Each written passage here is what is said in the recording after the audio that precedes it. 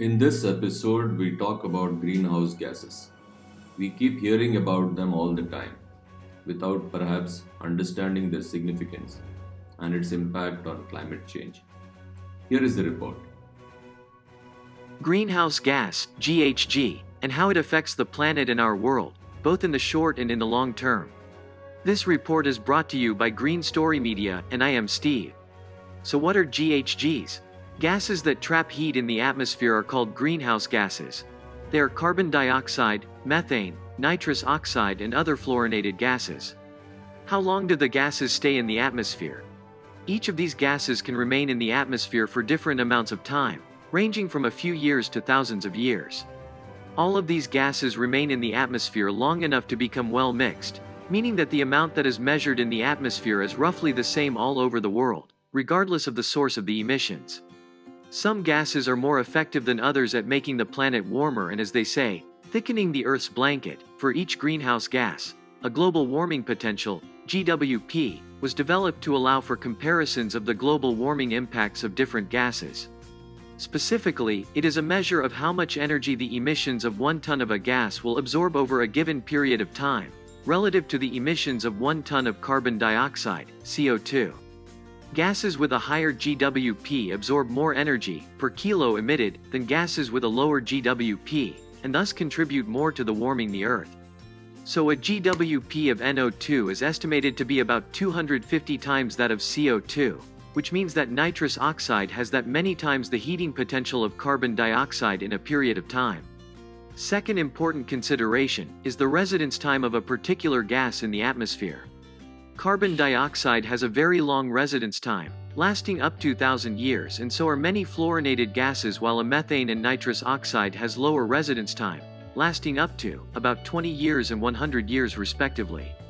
Therefore, the longer the residence time and the higher the warming potential of a gas, the bigger the issue. Now let us look at each of these gases in a bit of detail. Carbon dioxide is the most prevalent of emitted greenhouse gases, at 68%.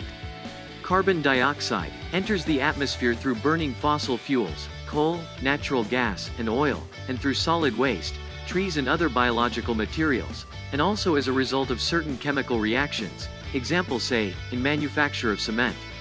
Carbon dioxide is removed from the atmosphere, or sequestered, when it is absorbed by plants as part of the biological carbon cycle. Methane is another important greenhouse gas and is second only to carbon dioxide with 16% of the share. Methane has a global warming potential of 56 and is formed naturally by the bacterial decomposition of organic matter under oxygen-free conditions. Because of various types of human activity, emissions of methane have roughly doubled in the last 2 decades. Rice cultivation, cattle breeding, emissions from coal mines, and the leakage of fossil gas represent significant anthropogenic sources around the world, as do the treatment of wastewater and organic waste. The pre-industrial concentration of methane is estimated to have been 0.7 parts per million, or ppm. Today's level, at 2011 estimates, is more than twice as high, about 1.8 ppm. The life of methane in the atmosphere is relatively short, on an average only 10 to 15 years. Nitrous oxide is a greenhouse gas which is emitted during agricultural and other land use, also due to industrial activities, combustion of fossil fuels and solid waste, as well as during treatment of wastewater.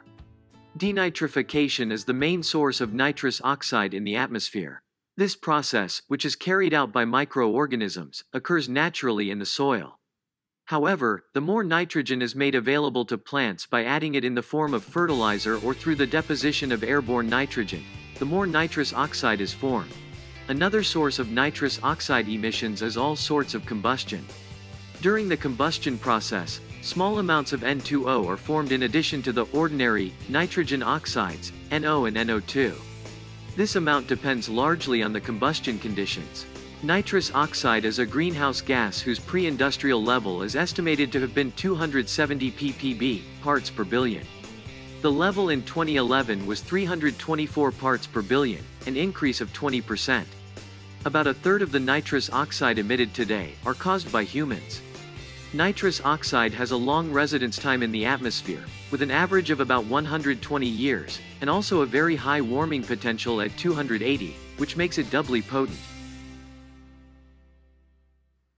The greenhouse gases described so far occur naturally in the atmosphere. This does not apply to the group of synthetic fluorine compounds, which in many cases are very long-lived and potent greenhouse gases. Their large heating effect, per molecular weight, is due to their ability to absorb radiation in a previous fully transmissive part of the infrared spectrum. The most familiar substances in this group are the chlorofluorocarbons, CFC gases, known simply as CFCs, which have mainly attracted attention because of their ability to break down the stratospheric ozone. CFC gases are also powerful greenhouse gases. Measured per molecule, some of them are tens of thousands of times more effective than carbon dioxide. CFC gases are however being phased out globally, which is a good thing. Other substances in this group are so-called F gases, which have significant greenhouse effects and include HFCs, which are similar to CFCs but do not contain chlorine and therefore do not affect the ozone layer. Used as a replacement for CFCs in many applications. They are not as long-lived in the atmosphere as CFCs and not as powerful in their greenhouse effect. Second one is sulfur hexafluoride, SF6, which is used in the electronics industry. Third variant are the PFCs, also called fluorocarbons, FCs, emitted during aluminium production, but also used in the electronics industry. Since the released amounts of these substances are small, their contribution to the greenhouse effect is so far only a few percent, calculated over a 100-year period. However, global emissions are increasing rather sharply, particularly of HFCs, and several of them have effects that last for a very long time. The mean residence time of SF6, in the atmosphere for example, is estimated at 3,200 years. Other elements which play a limited yet significant factor in heating of the atmosphere are ozone and residual particulate matter. Ozone in the stratosphere has made it possible for animals to live on land by preventing harmful 200 to 300 nanometers UV radiation from reaching the Earth's surface. The absorption of UV radiation by ozone, however, heats the air, disturbing air convection and creating a layered structure in the stratosphere, hence is one of the so-called greenhouse gases. Among the substances that could have significant impact as greenhouse gases, ozone is the most short-lived. Its retention time in the troposphere is weeks or a month. Ozone in the lower troposphere acts as a greenhouse gas and the level has risen an average of 1 to 2% per year in recent decades. The increase occurred primarily across North America and Europe, so the climate effect in this case is regional. Particles in the atmosphere also affect the radiation balance. Sulfate particles reflect incoming sunlight and hence reduce the amount of solar energy that reaches the Earth's surface. Sulfate particles originate from sulfur dioxide emissions. There are also carbon particles, black carbon, in the air. These can both absorb heat and reflect incoming light. Their net effect on climate is therefore difficult to assess. Particles of black carbon can both absorb heat and reflect incident light. Particles also have an effect on the environment by forming condensation nuclei for water vapor in the atmosphere, which can affect cloud formation and precipitation. Unlike greenhouse gases, the residence time of particles in the air is short, about 2 weeks. The net effect of particles is difficult to assess and contributes to a high degree of uncertainty, but has been estimated by the IPCC to be somewhere between -0.1 degrees Celsius and -1.9 degrees Celsius. To summarize, global carbon emissions from fossil fuels have significantly increased since the 1900s.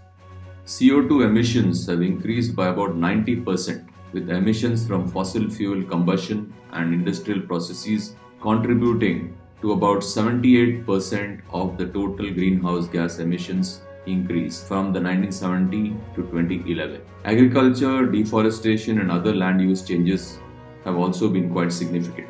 They are the second largest contributors. Emissions of non-CO2 greenhouse gases have also increased significantly in the last 20 years. The G20 nations contribute to about 80% of the global greenhouse gases on an ongoing basis. Only the share amongst them has altered over the time, but they are the worst polluters. The G20, as we know, contribute to 90% of the world's GDP. So it is easy to see the connection between growth, human activity, and also the rise in emissions. The question now is, what do we do as humans? How do we avert climate change crisis and reduce emissions in the short and in the long term? We are running out of time and and running out of easy options. I am RB and I hope you like our podcast. Do support us in our endeavor to bring you news and impressions around the globe in matters pertaining to our planet and environment. Kindly like and share our material. Do let us have your feedback and comments, which can help us do better.